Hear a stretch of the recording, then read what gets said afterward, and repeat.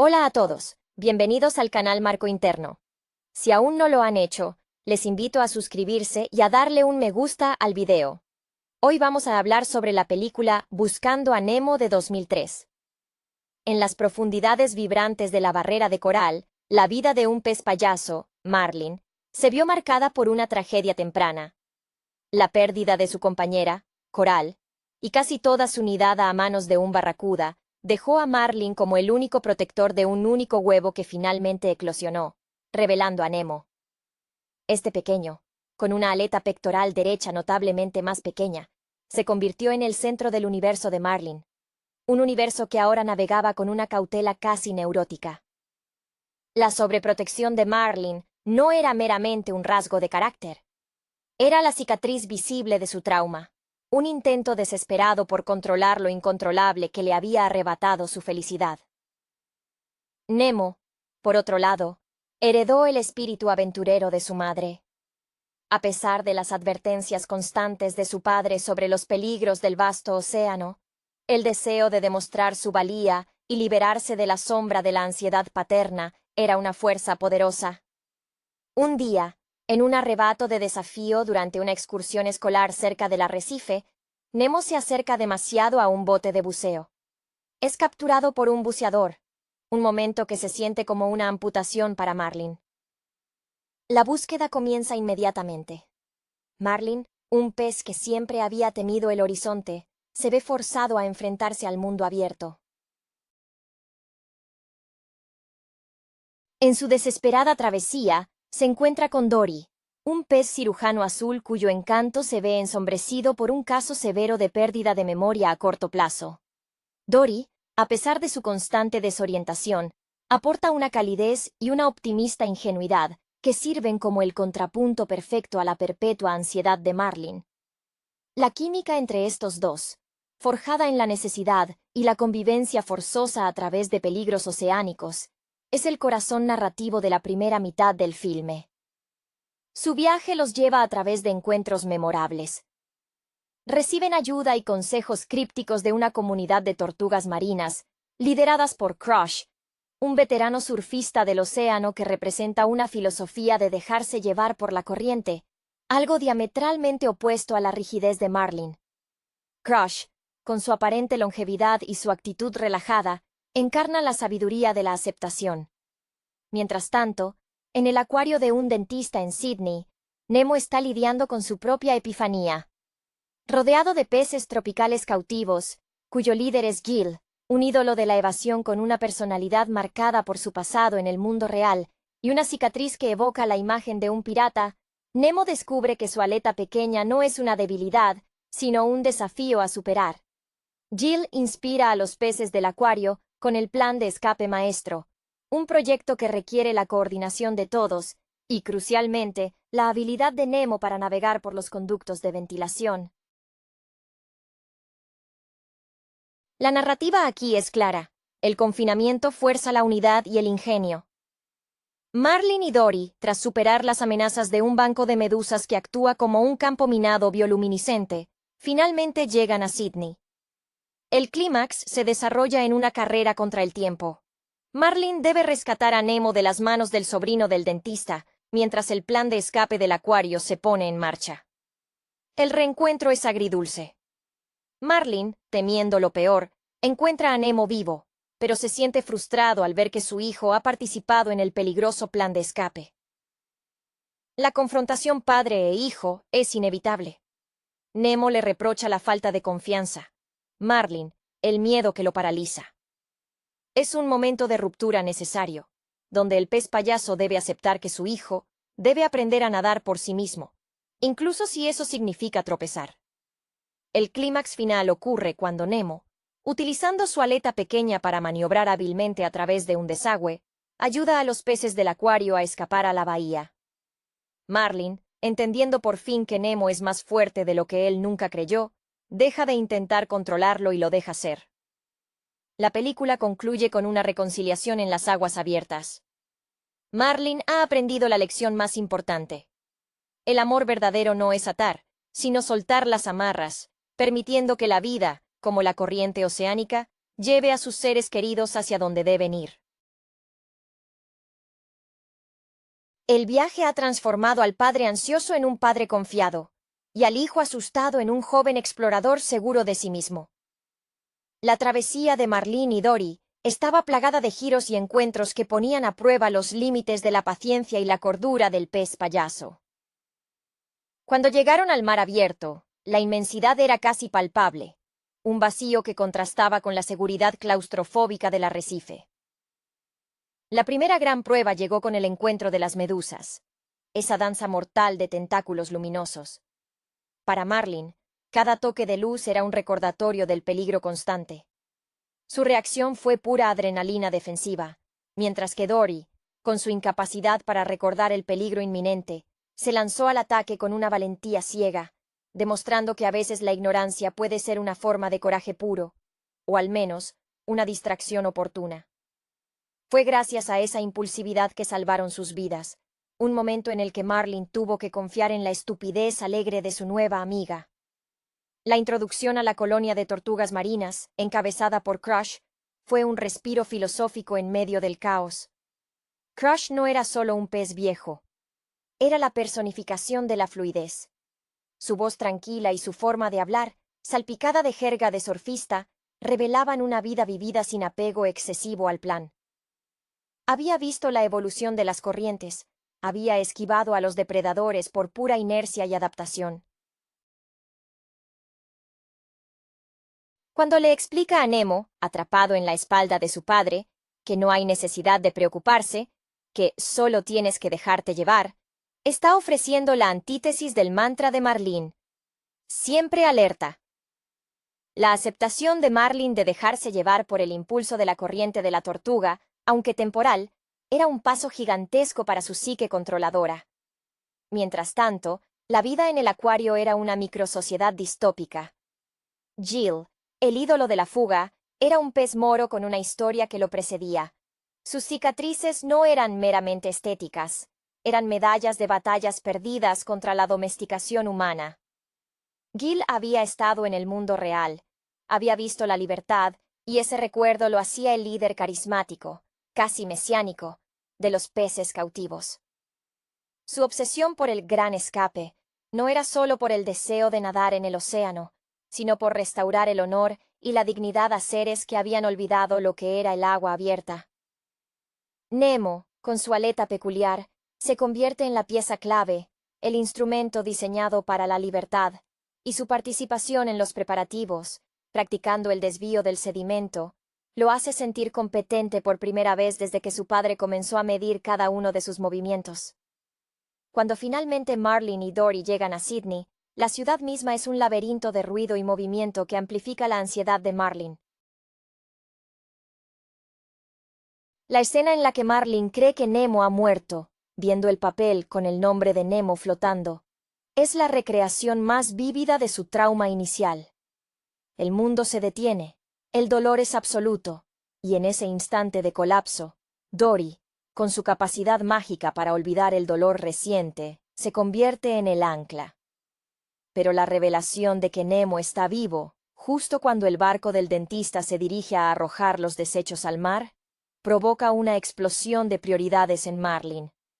El momento de la confrontación entre padre e hijo es crucial, porque revela que el miedo de Marlene no solo ha limitado a Nemo, sino que lo ha hecho sentir inadecuado. Nemo acusa a su padre de no confiar en él, de ver solo la discapacidad en lugar de la adaptación que ha logrado. Es un grito de independencia envuelto en dolor. Marlene, al ver a su hijo actuar con valentía frente al peligro real, en la oscuridad del desagüe, finalmente suelta el control. La transformación de Marlene culmina no cuando rescata a Nemo, sino cuando permite que Nemo se rescate a sí mismo y a sus amigos. Ver a Nemo manipular el filtro y dirigir a los peces hacia la libertad, demostrando que su aleta defectuosa es, de hecho, una herramienta única y poderosa, es el momento en que el padre ve al hijo como un ser completo. El amor verdadero, en este contexto, no es la prevención del riesgo, sino la fe en la capacidad del otro para enfrentarlo. La carrera de vuelta al arrecife, donde Marlene y Nemo nadan juntos, sin la sombra de la hipervigilancia, simboliza la salud restaurada de su vínculo. El regreso al arrecife, una vez que Marlin pudo aceptar la independencia de Nemo, se sintió como un retorno a casa, pero en un hogar fundamentalmente alterado.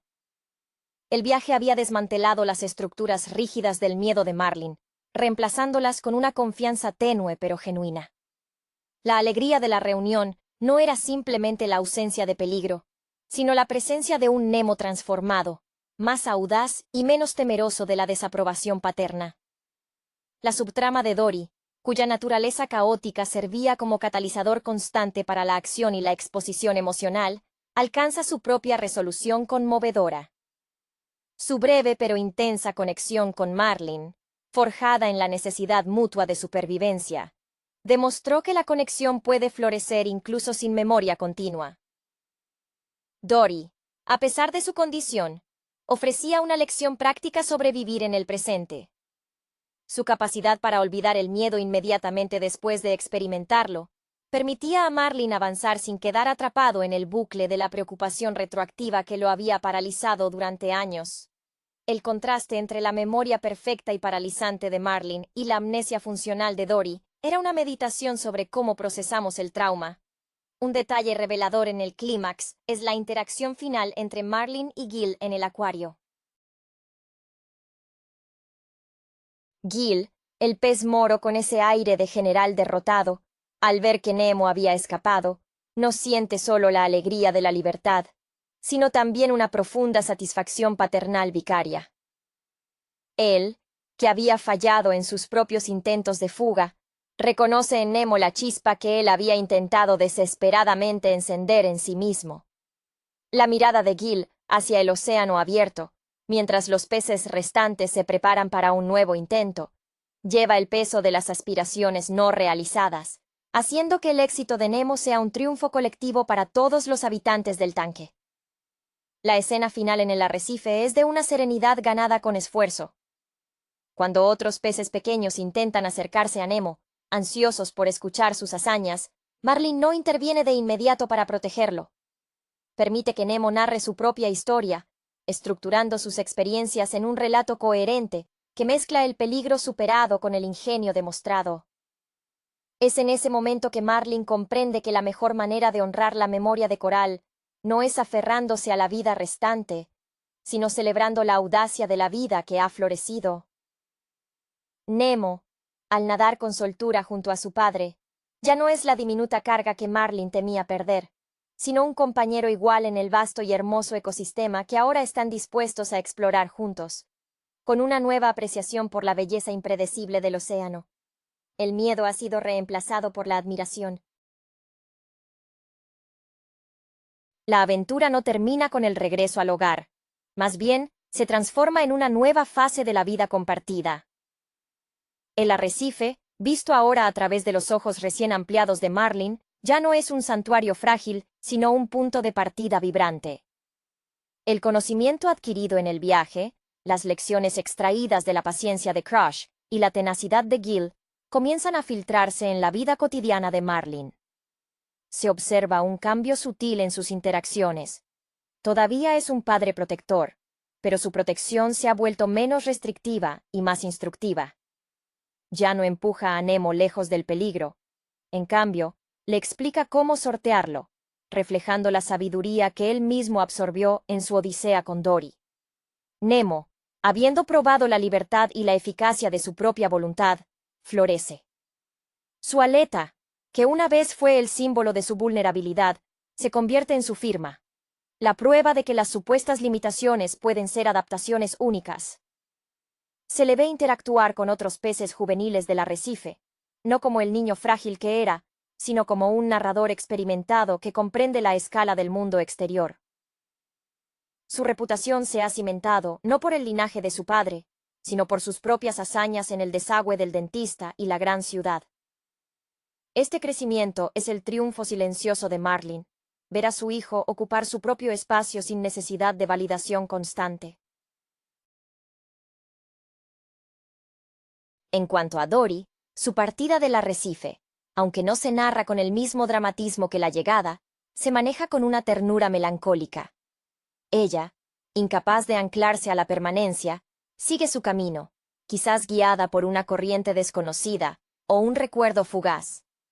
Marlin, ahora libre de su dependencia, la despide con una profunda gratitud. Ya no ve su olvido como una debilidad frustrante, sino como una liberación. Dory era el espíritu libre que forzó a Marlin a vivir el momento, y su partida subraya la naturaleza efímera y preciosa de las conexiones forjadas bajo presión extrema. El océano, vasto e indiferente, se ha asegurado de que ella continúe su propio y errático viaje, dejando un eco de optimismo en el pez payaso.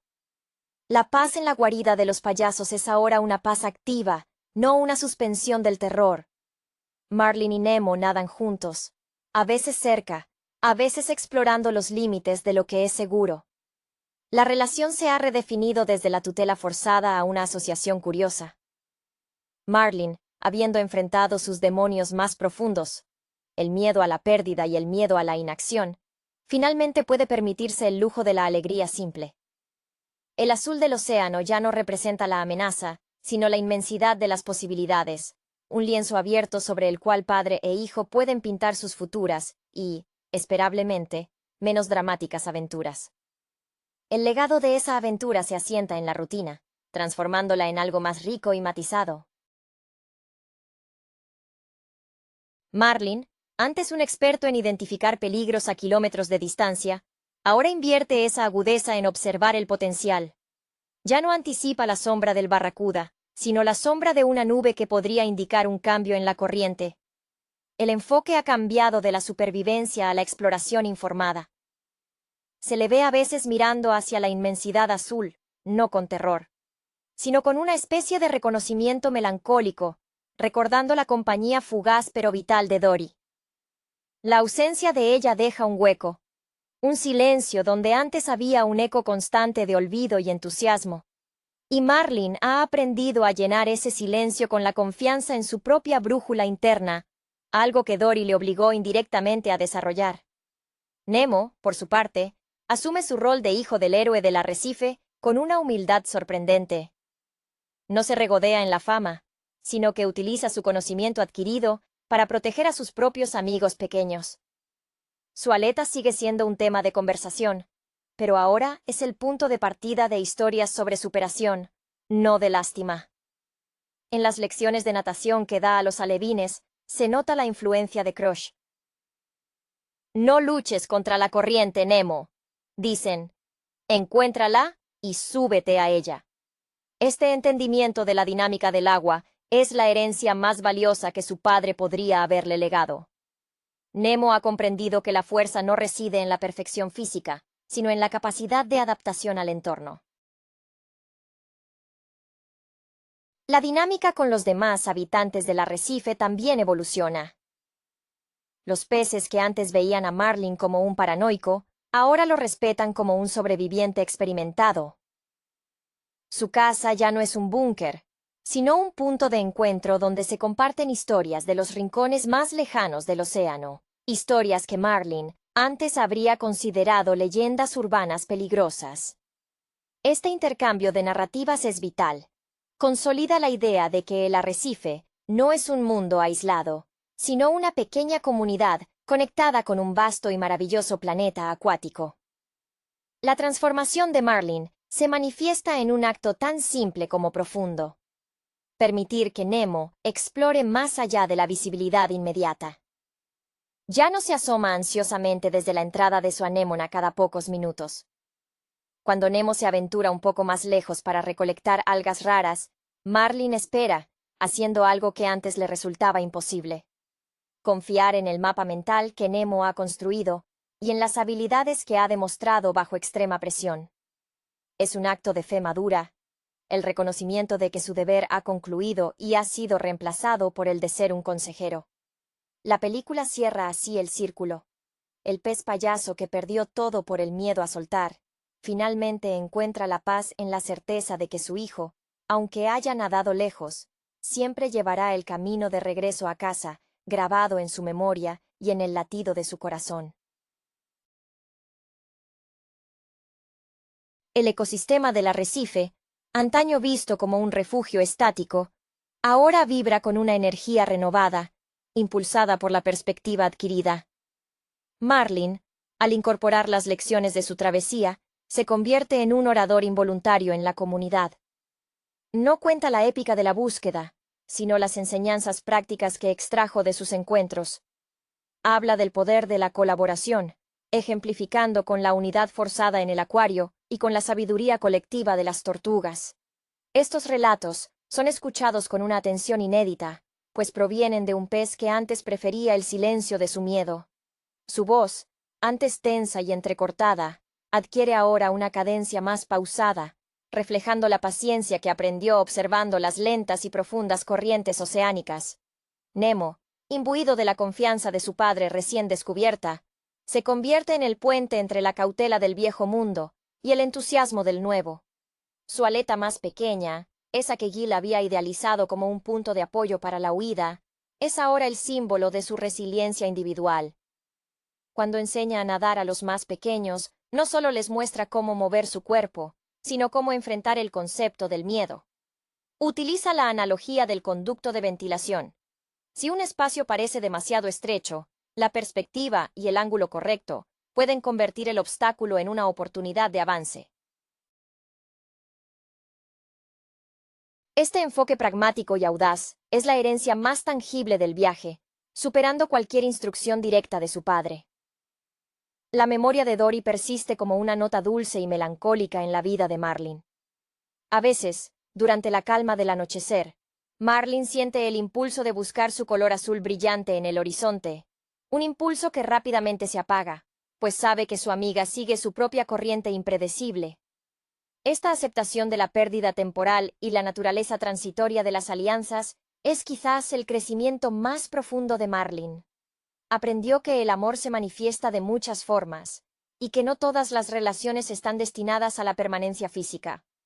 Dory le regaló la capacidad de la entrega, la liberación de la necesidad de poseer la seguridad. El nido de los payasos se convierte en un lugar de contemplación tranquila. Marlin ya no revisa obsesivamente el perímetro. En cambio, se sienta junto a Nemo, y juntos observan las criaturas más inusuales que pasan por su camino. Criaturas que antes habrían provocado una retirada inmediata. Hay una aceptación tácita de que el océano es inherentemente peligroso, pero también es intrínsecamente hermoso. La gran lección, condensada en la paz final, es que el amor no es la creación de un entorno libre de riesgos para el ser amado, sino la capacitación de ese ser para navegar con destreza por el mundo tal como es, peligroso, impredecible y, sobre todo, vasto y lleno de maravillas por descubrir. La quietud del arrecife tras la tormenta narrativa se revela como un lienzo, donde las nuevas experiencias de Marlin y Nemo se manifiestan en actos cotidianos. La transformación del pez payaso no es un cambio de personalidad repentino, sino una lenta y consciente renegociación de su relación con la incertidumbre.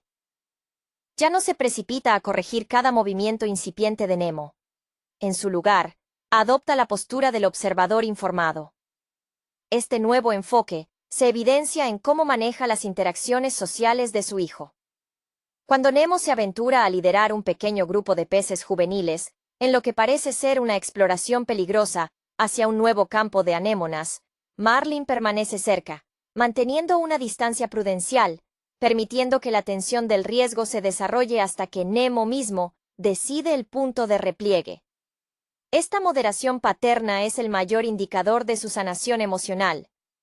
Nemo, consciente del peso de la historia que ahora carga, se vuelve excepcionalmente empático con los más jóvenes. Su propia historia de ser el niño perdido le da una autoridad moral para guiar a otros que sienten miedo o insuficiencia. Se le ve a menudo alentando a peces con ligeras anomalías físicas, entendiendo que la diferencia es un motor de supervivencia, no una sentencia. Su entusiasmo no es imprudente, sino medido. Ha absorbido la disciplina del plan de Gill y la valentía instintiva que demostró al navegar el desagüe. Es un joven que valora la camaradería forjada en la adversidad. un valor que su padre solía despreciar por considerarlo una distracción peligrosa. El recuerdo de Gil sigue siendo una fuerza motivadora en el acuario distante, donde los peces, aunque más cautelosos después del gran escape, continúan manteniendo viva la idea de la libertad. Sus planes son ahora menos dramáticos y más enfocados en la adaptación a su confinamiento, pero la chispa de la resistencia que Gil encendió nunca se apaga. Es un recordatorio constante para Marlin de que el espíritu de lucha es tan vital como la seguridad. La vida del propio Marlin se enriquece con el tiempo que antes dedicaba a la ansiedad. Ahora dedica horas a observar los patrones migratorios de especies lejanas, no por temor a que crucen su territorio, sino por pura curiosidad intelectual, una faceta de su personalidad que había sido sofocada por el pánico. Ha encontrado un nuevo propósito en la observación y la comprensión del mundo, en lugar de su simple evitación. El océano, ese enemigo implacable que una vez le arrebató todo, se ha revelado como un sistema complejo y fascinante, y Marlin se ha convertido en un estudiante humilde de sus reglas.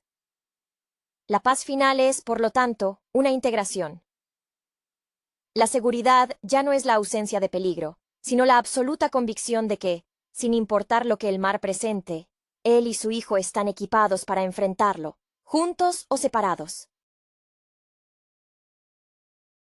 El ciclo del tiempo en el arrecife se mide ahora no solo por las mareas, sino por los logros alcanzados por Nemo.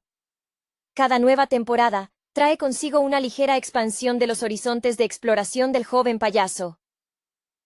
Marlin observa cómo su hijo no solo sobrevive, sino que prospera en la complejidad del mundo exterior, integrando la prudencia aprendida de su padre con el espíritu indomable heredado de su madre, Coral.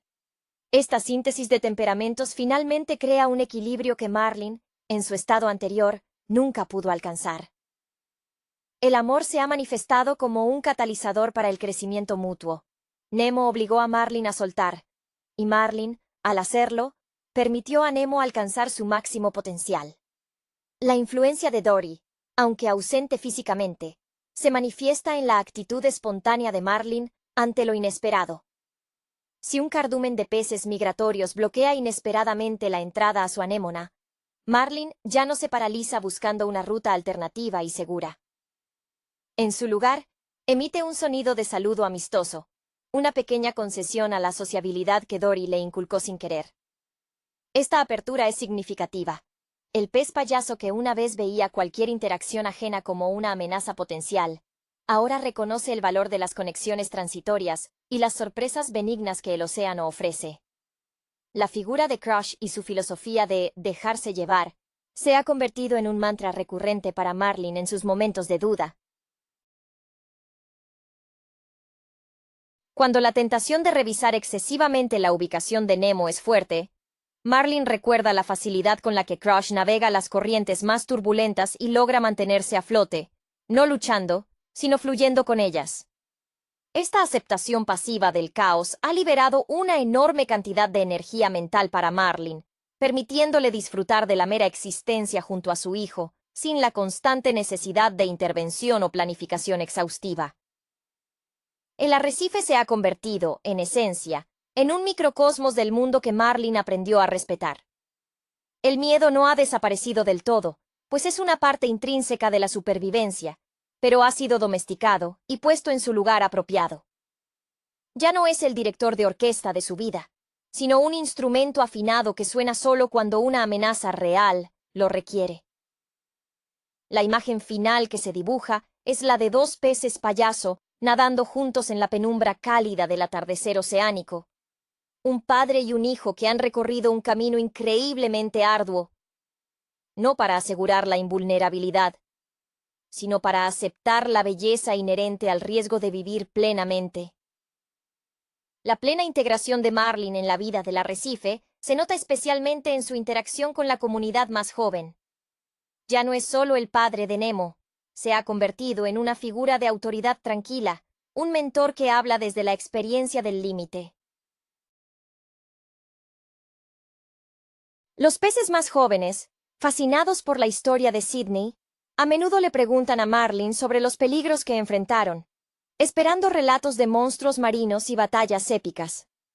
Sin embargo, Marlin, fiel a su nueva perspectiva, se centra en la logística, en cómo la planificación, o la falta de ella, afectó el resultado.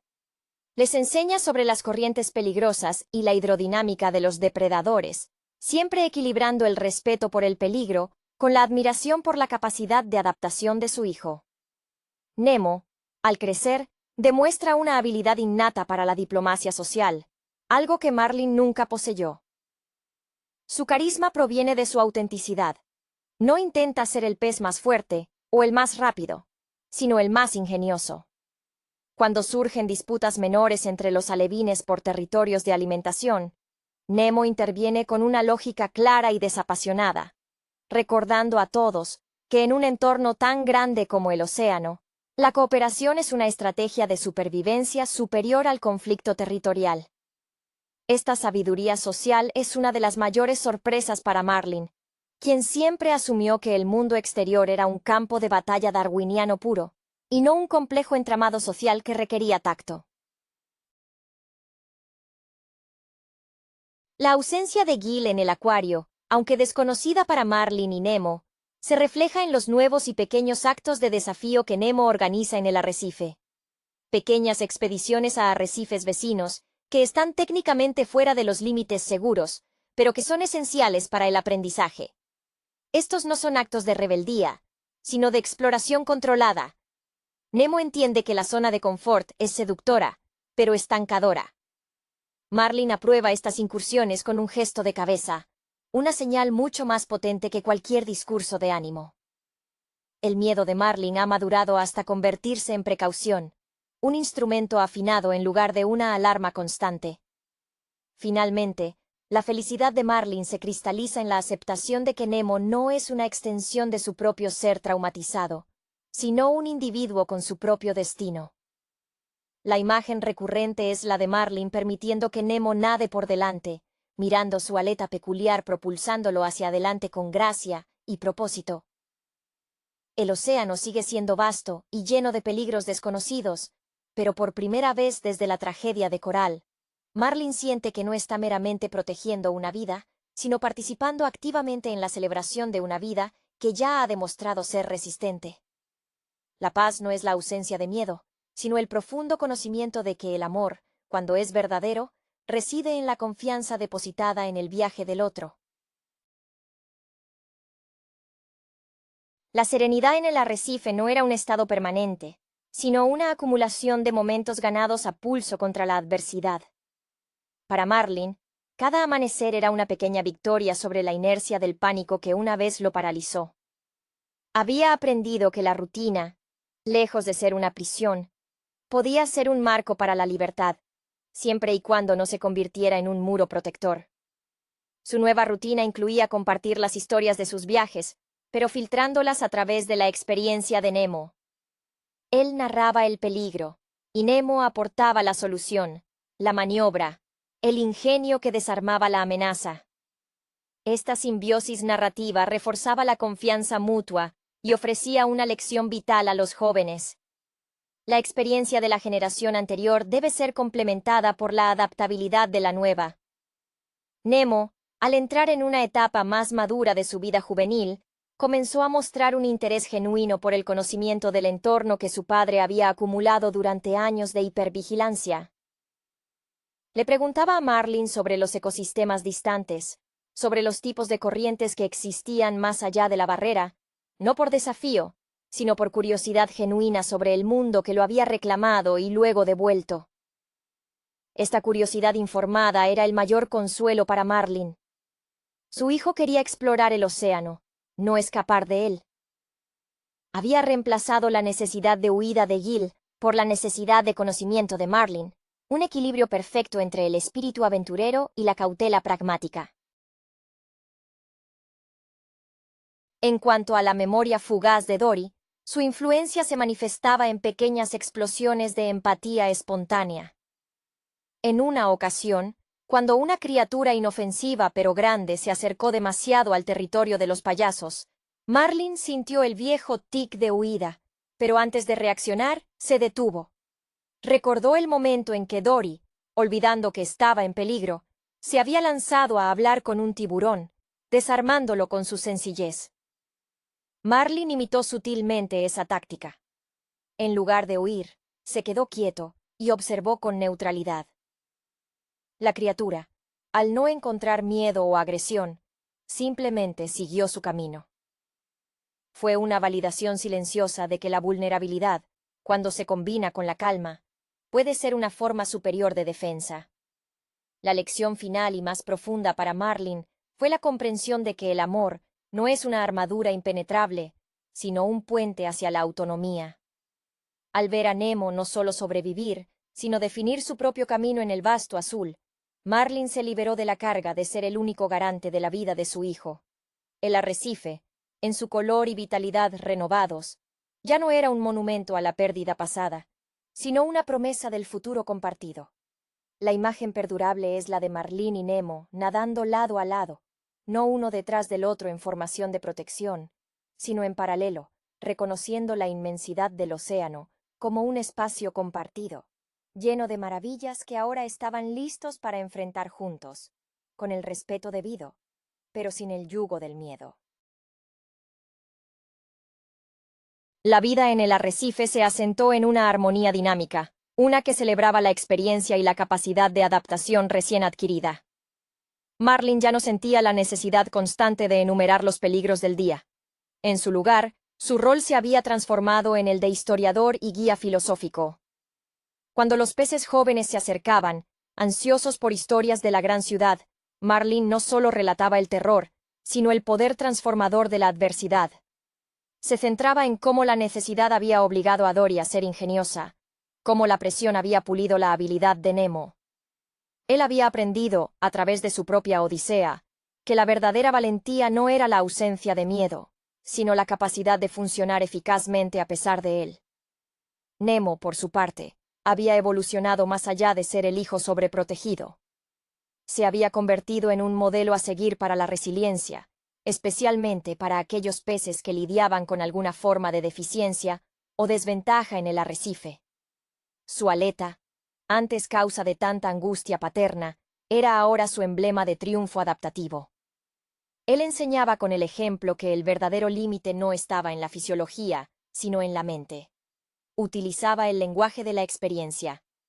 Si puedes manejar el conducto de ventilación, puedes manejar este coral afilado, decía a los alevines inseguros, tejiendo las lecciones de su encierro en el tejido de la vida comunitaria. El recuerdo de Dory, la luz efímera y olvidadiza del viaje, se manifestaba en la apreciación de Marlin por lo inesperado. Si bien ya no esperaba su llegada, había desarrollado una mayor tolerancia a la interrupción. Cuando las corrientes traían nuevos elementos o especies desconocidas, Marlin mostraba una curiosidad tranquila, una señal de que el miedo a lo desconocido había sido neutralizado por la experiencia de haber abrazado lo desconocido y haber sobrevivido.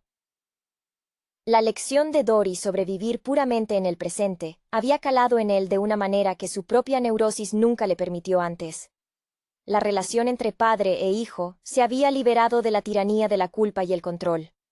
Nadaban juntos, a menudo en silencio, un silencio cómodo que hablaba de entendimiento mutuo. Marlin había entendido que el mejor homenaje a Coral no era aferrarse a la vida restante con uñas y dientes, sino asegurarse de que esa vida estuviera plenamente vivida. La última imagen que se consolida no es de un padre rescatando a su hijo, sino de un mentor permitiendo que su pupilo tome la iniciativa. El vasto océano ya no era un campo de caza de peligros, sino un campo de entrenamiento para la vida, y Marlin estaba finalmente en paz, sabiendo que su hijo estaba nadando hacia su propio horizonte, con el corazón lleno de valentía y la mente clara. El tiempo continuó su curso, y con él, la maduración del arrecife bajo la influencia sutil pero profunda de la aventura. Marlin había llegado a un estado de gracia paternal donde el amor se manifestaba como espacio y fe. Ya no era necesario que su presencia física sirviera de escudo. Su legado era la infraestructura psicológica que había ayudado a construir en Nemo. El arrecife florecía con una nueva valentía colectiva, una que no ignoraba el peligro, sino que lo integraba en el conocimiento de su entorno.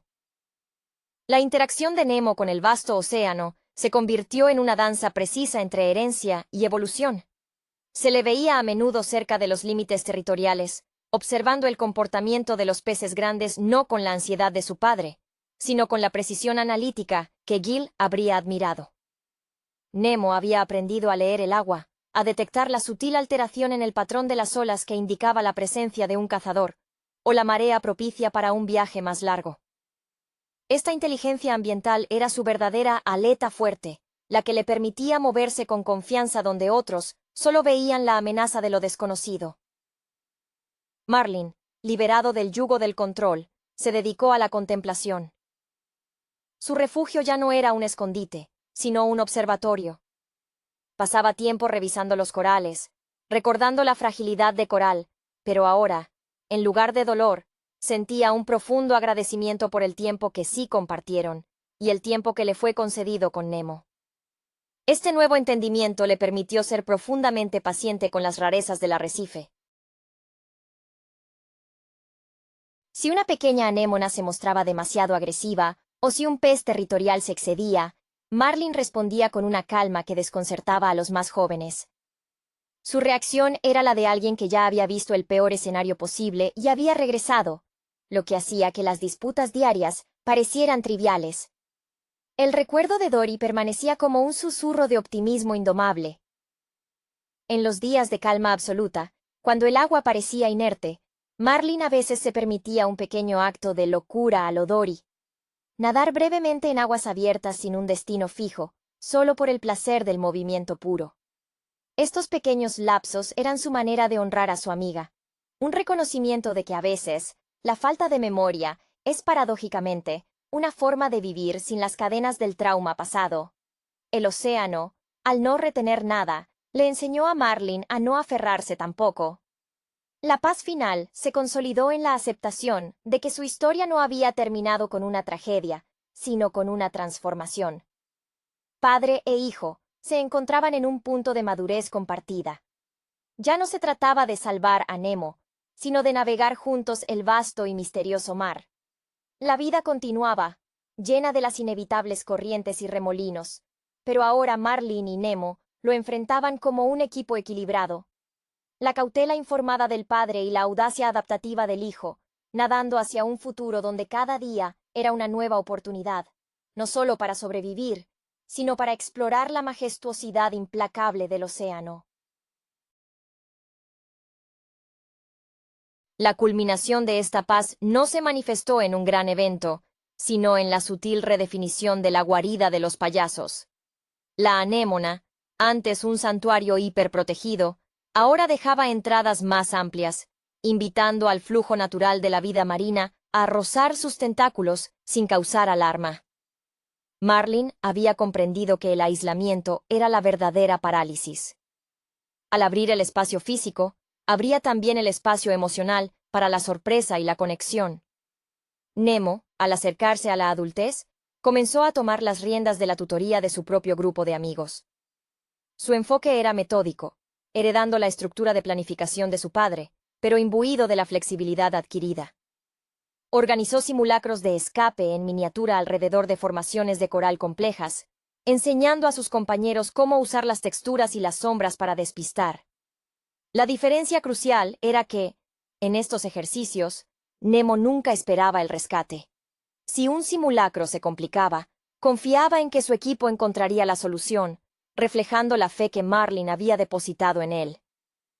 Marlin a menudo se sentaba a observar estas lecciones, una expresión de serena admiración en su rostro. Ya no sentía el pinchazo de la necesidad de intervenir. Sentía el orgullo tranquilo de un arquitecto que ve su estructura soportar la prueba del viento.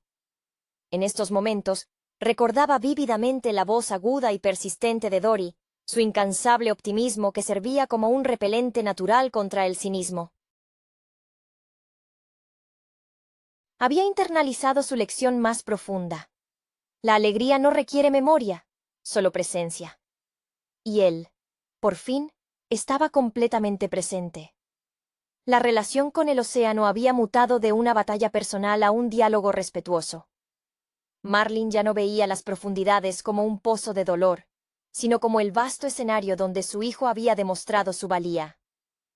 Cuando las tormentas llegaban, en lugar de esconderse, se asomaba con Nemo, señalando cómo las criaturas más sabias se acurrucaban o se alineaban con la fuerza del agua. Había una belleza austera en la aceptación de la fuerza incontrolable del mar, una que Coral, con su espíritu libre, habría celebrado. La historia de Marlin y Nemo se convirtió en la leyenda fundacional del arrecife.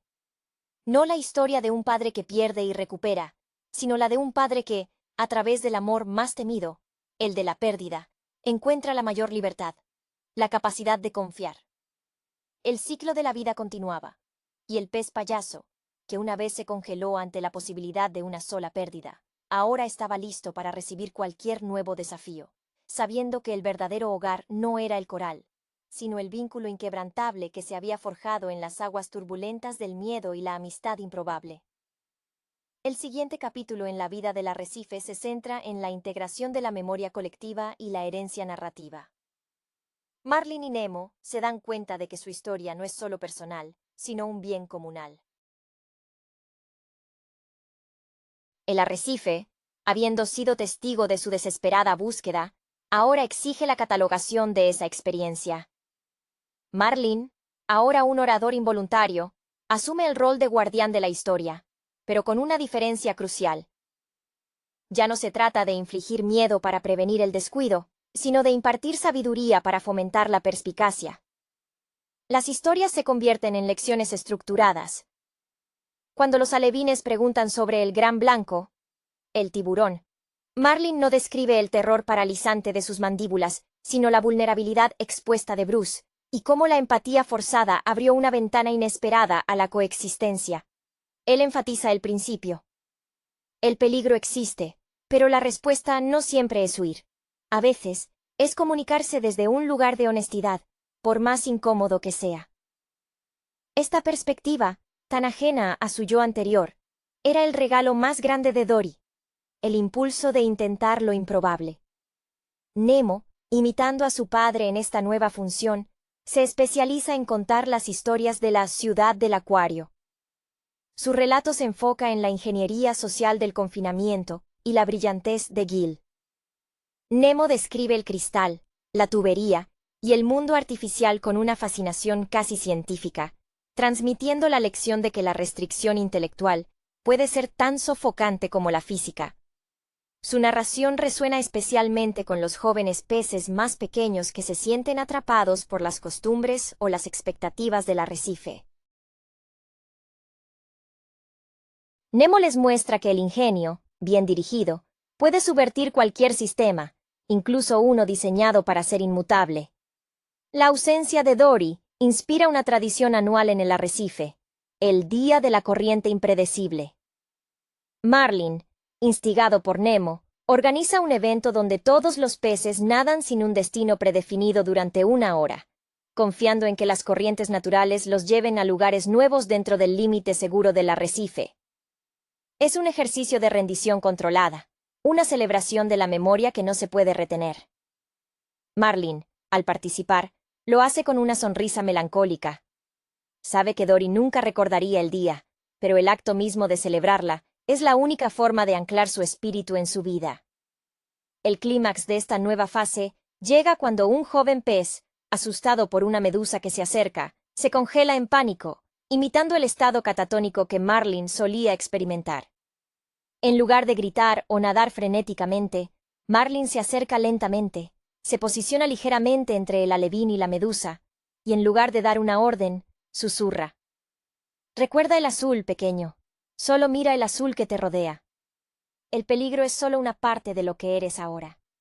Este acto de presencia tranquila, sin forzar la acción, permite al joven respirar y desviarse lentamente, demostrando que el aprendizaje más valioso no es la técnica de supervivencia, sino la gestión del terror interno.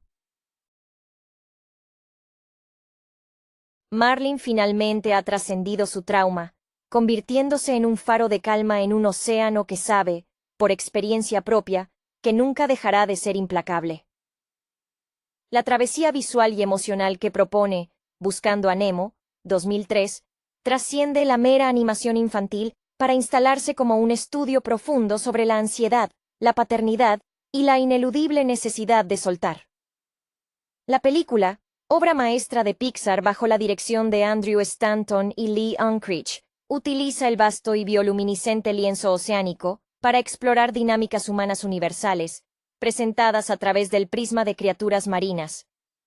El núcleo dramático reside en Marlin, un pez payaso sobreprotector cuya vida se define por el trauma inicial de perder a su compañera y casi toda su progenie. Esta tragedia lo convierte en una figura arquetípica del padre hipervigilante.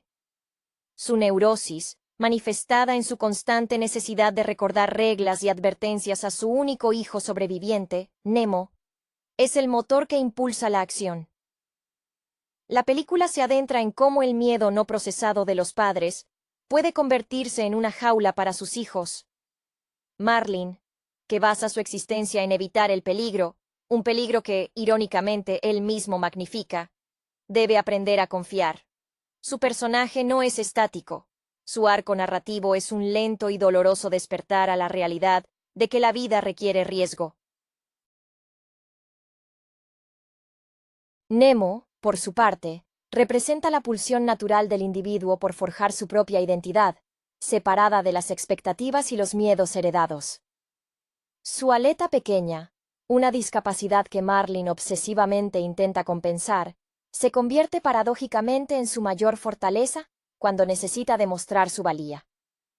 Cuando es capturado en el arrecife, Nemo no es simplemente una víctima, es un catalizador. Su secuestro obliga a Marlin a enfrentarse al mundo exterior que tanto temía, permitiendo que Nemo, en la pecera del dentista P. Sherman, comience su propia epopeya de agencia y autodescubrimiento. El viaje de Marlin no sería posible sin Dory. Este personaje, afectado por una amnesia anterógrada severa, funciona como el contrapeso perfecto a la rigidez y el pánico de Marlin. Dory encarna el presente absoluto. Ella no recuerda las advertencias ni los peligros pasados, lo que le permite interactuar con el mundo con una curiosidad inocente y, a menudo, hilarante. Su disposición a olvidar las desgracias le permite mantener una esperanza inquebrantable. Si bien su condición es tratada con sensibilidad, su presencia subraya la tesis de que vivir plenamente implica una cierta aceptación de la imperfección y la pérdida de control. Stanton, conocido por su habilidad para inyectar profundidad filosófica en conceptos sencillos, como lo demostró en Toy Story y A Bug's Life, estructura la narrativa siguiendo un esquema de viaje del héroe modificado. El océano no es simplemente un decorado, es un personaje en sí mismo, poblado por ecosistemas completos que reflejan la sociedad humana. La inmersión en el oscuro mundo de los tiburones pacifistas, Bruce, Anchor y Chum, satiriza los intentos fallidos de cambiar la naturaleza intrínseca, mientras que el encuentro con la colonia de peces luna en la corriente oriental australiana muestra la belleza y el orden de la comunidad cuando se abandonan los egos individuales. El ambiente acuático está meticulosamente diseñado. La paleta de colores se transforma según el peligro, desde los tonos cálidos y seguros del hogar de Marlin hasta los azules profundos y amenazantes del abismo, y finalmente, la luz artificial y claustrofóbica del consultorio dental. El diseño de personajes, especialmente la expresividad de los peces payaso, es un triunfo de la animación que captura emociones complejas sin recurrir a diálogos humanos.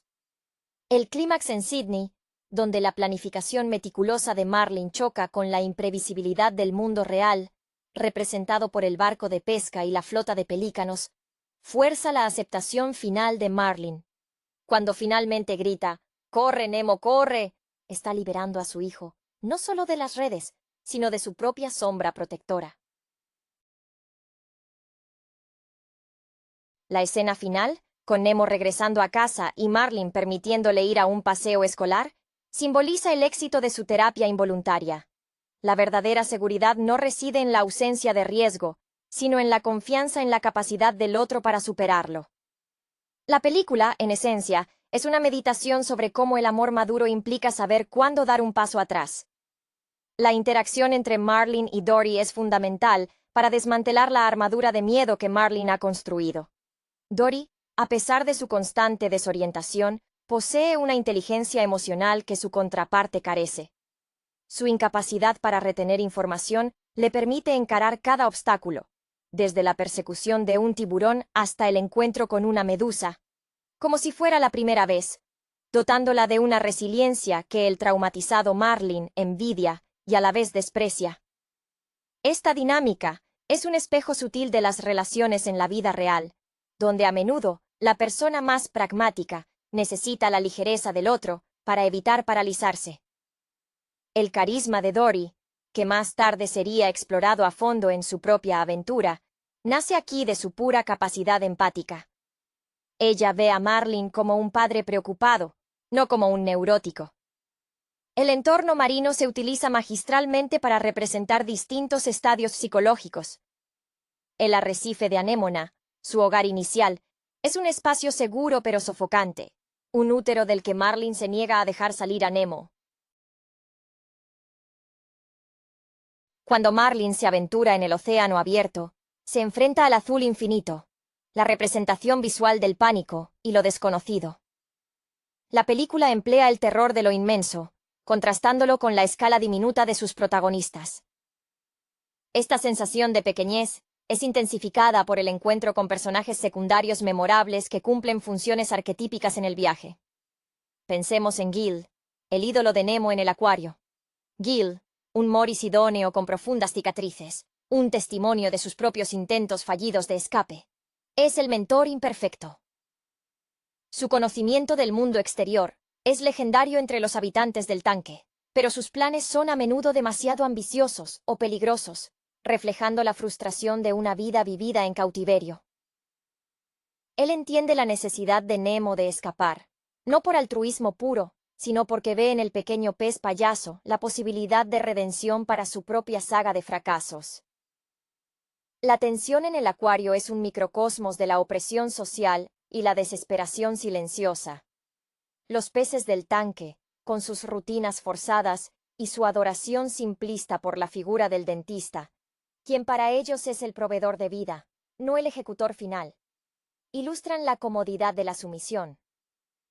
El ritual de limpieza del tanque se convierte en una amenaza existencial, y su plan de escape es un acto de rebelión desesperado contra la rutina mortal.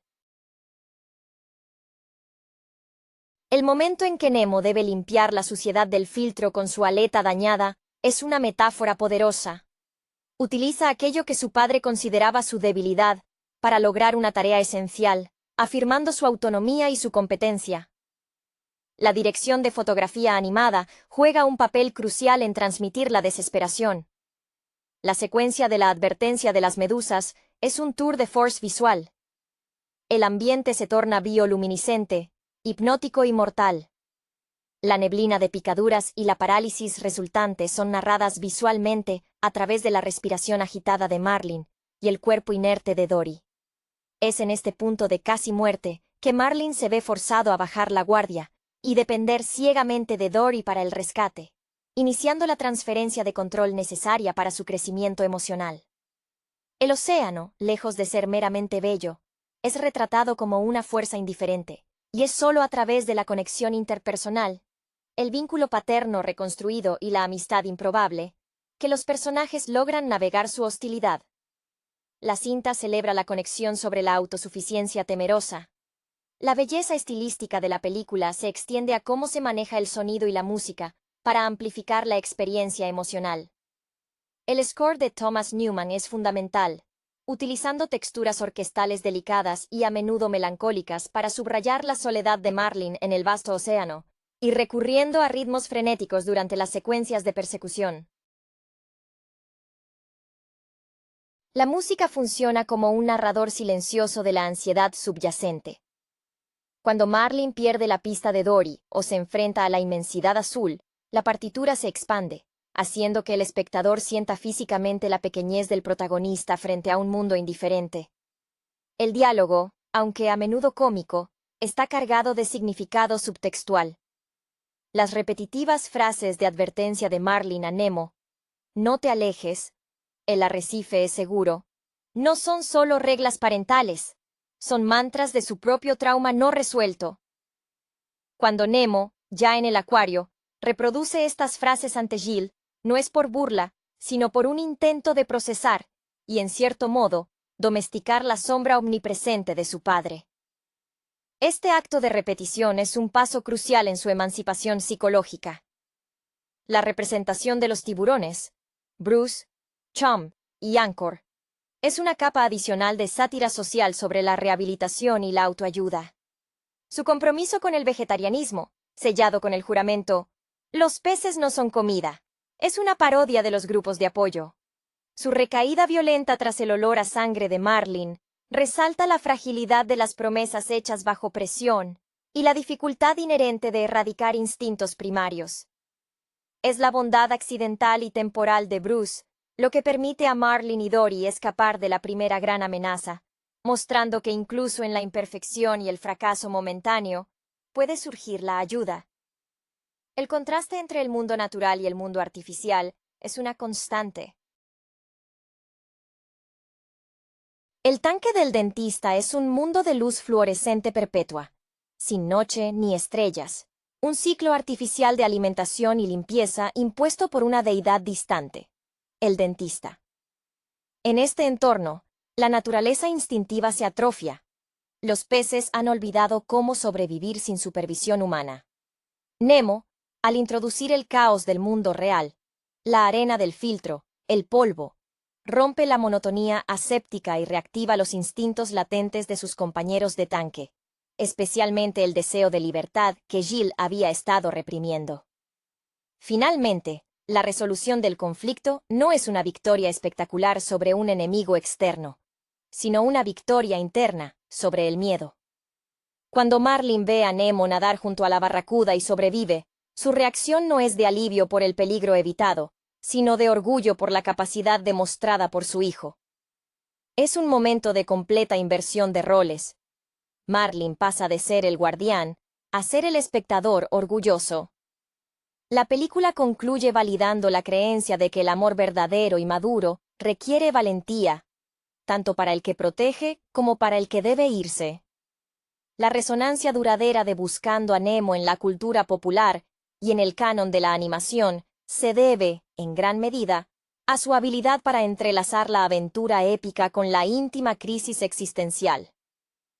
Stanton y su equipo no solo construyeron un mundo subacuático, sino que crearon un espejo de nuestras ansiedades domésticas. La necesidad de Marlin de aferrarse al control es el ancla emocional que la audiencia reconoce inmediatamente, el temor a que el mundo sea inherentemente hostil para aquellos a quienes amamos. Esta vulnerabilidad es lo que humaniza a estos personajes animales. El viaje de regreso, tras la liberación en el océano, se convierte en una consolidación de la nueva dinámica padre-hijo. Ya no se trata de Marlin guiando a Nemo a través de peligros, sino de ambos navegando juntos, con Nemo mostrando proactividad. La forma en que Dory, a pesar de su memoria efímera, se convierte en el puente entre padre e hijo, es fascinante.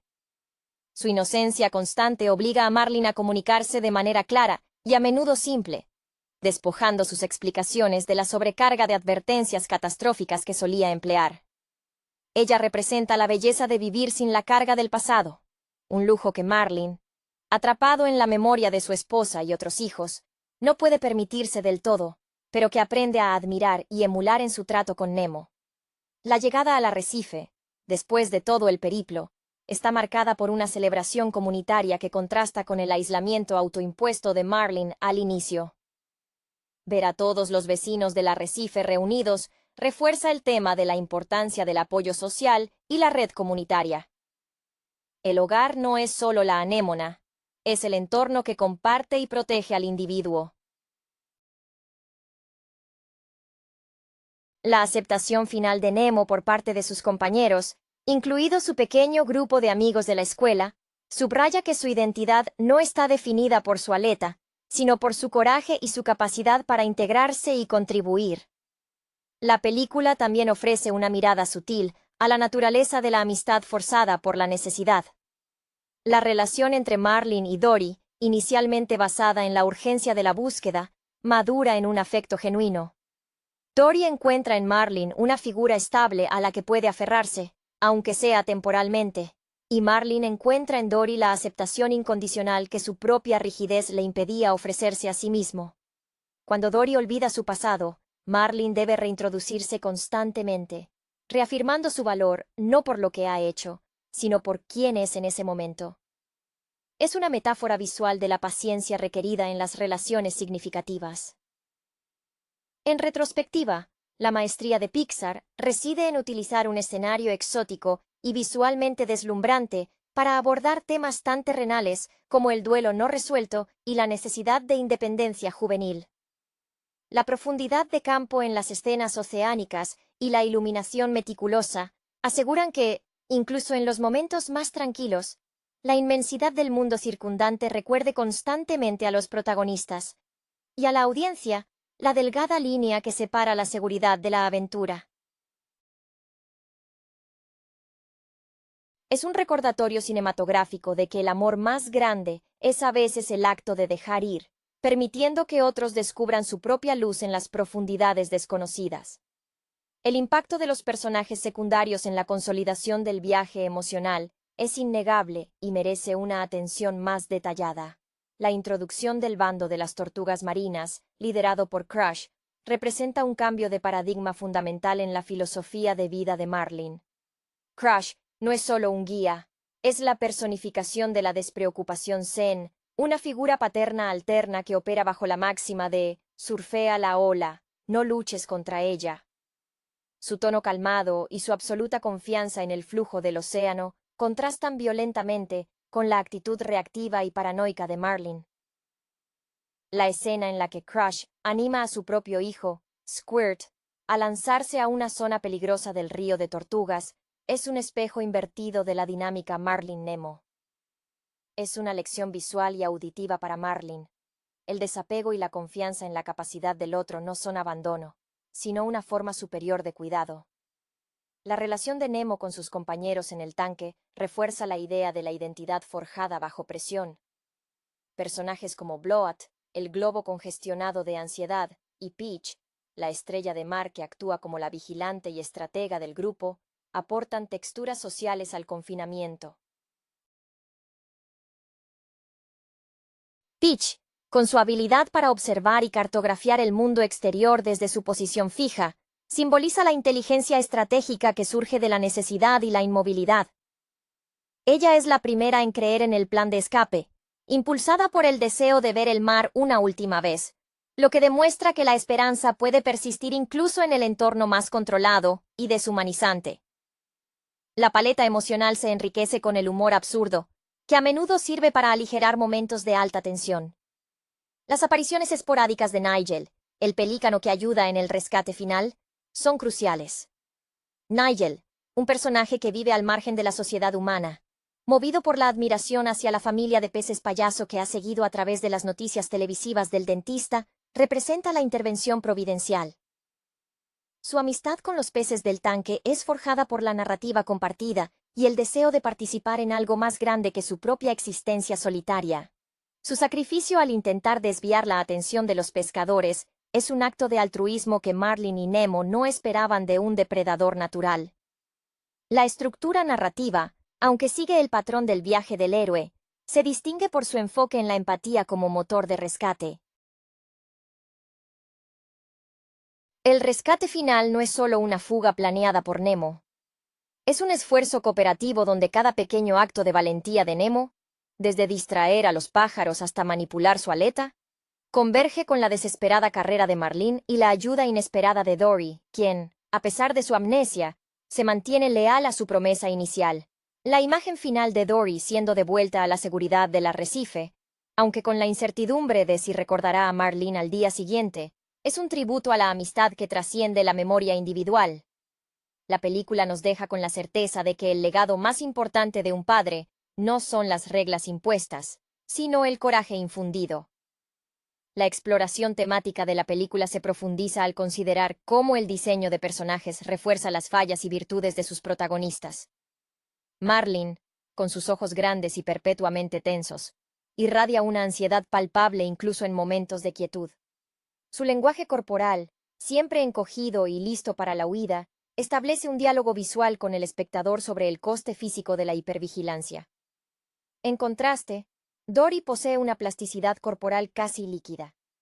Su incapacidad para mantener una forma o una dirección fija es la manifestación física de su filosofía de vida, la adaptación constante. Esta dualidad visual subraya la tesis central. La rigidez conduce al estancamiento y la flexibilidad al movimiento y la supervivencia.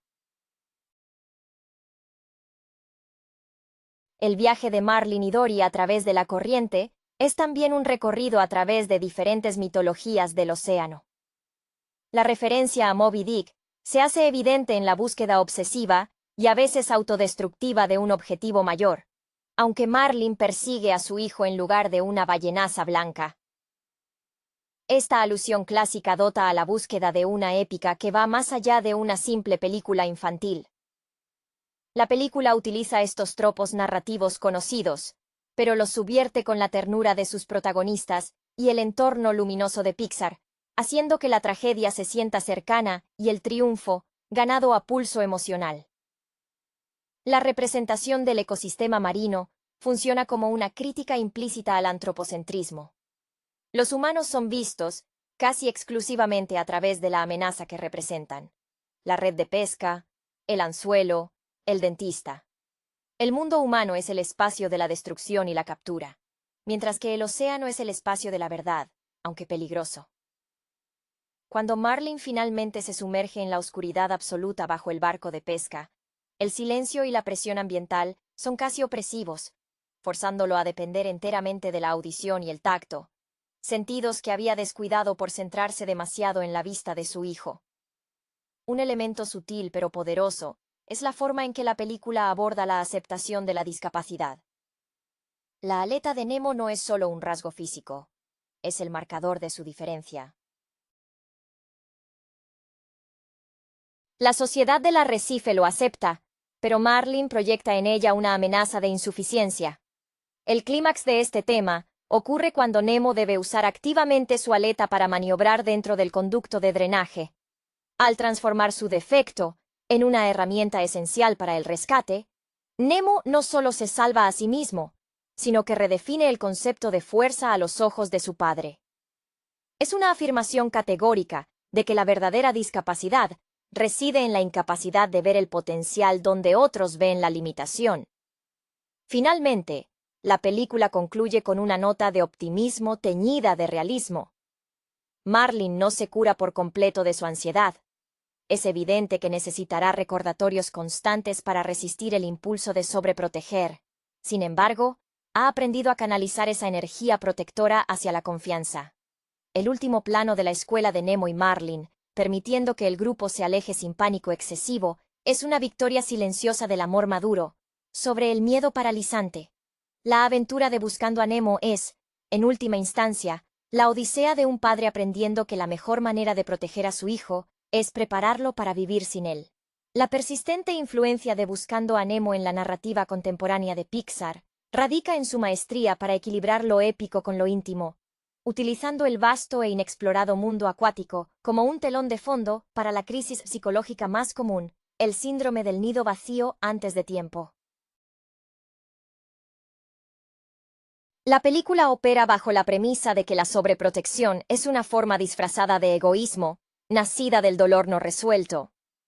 El viaje de Marlin, por lo tanto, es una catarsis vicaria para los padres que luchan por conciliar su amor incondicional con el imperativo biológico de que sus hijos maduren y se separen. El contraste entre los hábitats también resalta las distintas etapas de la vida y la identidad. El arrecife representa la inocencia y la seguridad comunitaria, un lugar donde las reglas son conocidas y aceptadas. El océano abierto, por el contrario, es el purgatorio, el caos necesario, donde las viejas reglas dejan de aplicarse y se forjan las nuevas verdades personales. La transición entre estos espacios está marcada por la pérdida de referencias familiares para Marlin y Dory. Por ejemplo, la secuencia del encuentro con el cardumen de peces que repiten «Busca a Nemo», sin dar información útil, es una crítica mordaz a la saturación de información sin sabiduría práctica en la vida moderna. Todos tienen algo que decir, pero pocos ofrecen guía real. La interpretación vocal, aunque no es visible, informa profundamente la percepción del personaje. El tono inicialmente quejumbroso y agudo de Marlene transmite su estado constante de alerta, mientras que la voz burbujeante y optimista de Dory, interpretada magistralmente, logra infundir ligereza, incluso en los momentos más oscuros. Esta dicotomía vocal asegura que el humor nunca se sienta forzado, sino que emerja orgánicamente de la fricción entre dos personalidades fundamentalmente opuestas pero complementarias. El acuario, como ya se mencionó, es una representación de la tiranía de la rutina. Los habitantes, especialmente el grupo liderado por Gil, anhelan el mar no solo como un lugar geográfico, sino como un estado de ser, libre de paredes y de la programación artificial. El acto final de colaboración para llegar al desagüe, que implica la regurgitación de la masa de arena para obstruir el sistema de filtración, es un acto de sabotaje necesario contra el orden establecido. Es la naturaleza rebelándose contra la domesticación. Nemo, al liderar este acto, demuestra que ha internalizado la valentía, superando la enseñanza pasiva de su padre y adoptando la acción directa. La película termina cerrando el círculo narrativo con una afirmación visual poderosa. Nemo, ahora confiado, se une a la excursión escolar al borde del arrecife. Marlin lo observa, ya no con pánico congelante, sino con una serena anticipación. La enseñanza final que la película imparte es que la paternidad exitosa no se mide por cuántas veces se evita el desastre, sino por la confianza que se tiene en que el hijo sabrá cómo gestionarlo cuando llegue. Buscando a Nemo se consolida así, no solo como un logro técnico de la animación, sino como un texto esencial sobre la emancipación afectiva y la belleza del riesgo calculado en la vida. La dimensión de la amistad improbable entre Marlene y Dory es, sin duda, uno de los pilares narrativos que sostiene el peso emocional de la película. Dory, con su condición de amnesia, actúa como un espejo que refleja la verdad más simple y urgente, desprovista del lastre del miedo pasado. Para Marlene, acostumbrado a operar bajo el recuerdo constante de la tragedia, la presencia de Dory es un constante ejercicio de reinicio. Cada encuentro con un peligro o una nueva dirección exige que Marlene repita sus instrucciones, pero esta repetición, que inicialmente lo exaspera, termina siendo terapéutica. Al verse obligado a explicar su mundo a alguien que lo olvida todo cada pocos minutos, Marlene aprende a articular sus miedos de una forma más esencial y menos neurótica. Este proceso de enseñanza forzada se convierte en su propia lección de humildad y paciencia. El viaje también introduce la idea de la comunidad más allá del arrecife inmediato. El encuentro con las medusas, si bien es un momento de terror puro, fuerza una intimidad física y emocional sin precedentes entre Marlene y Dory. El hecho de que Marlene deba confiar su vida a la capacidad aleatoria de Dory para actuar, incluso bajo el efecto de las picaduras, es el verdadero punto de inflexión en su rigidez. Es en el dolor compartido y la dependencia mutua que la barrera entre el pez payaso obsesivo y el pez cirujano despistado se disuelve completamente.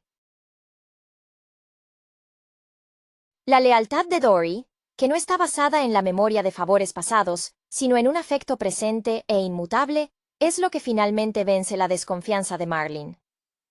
La caracterización de los antagonistas también merece un análisis más detallado en términos de su función simbólica.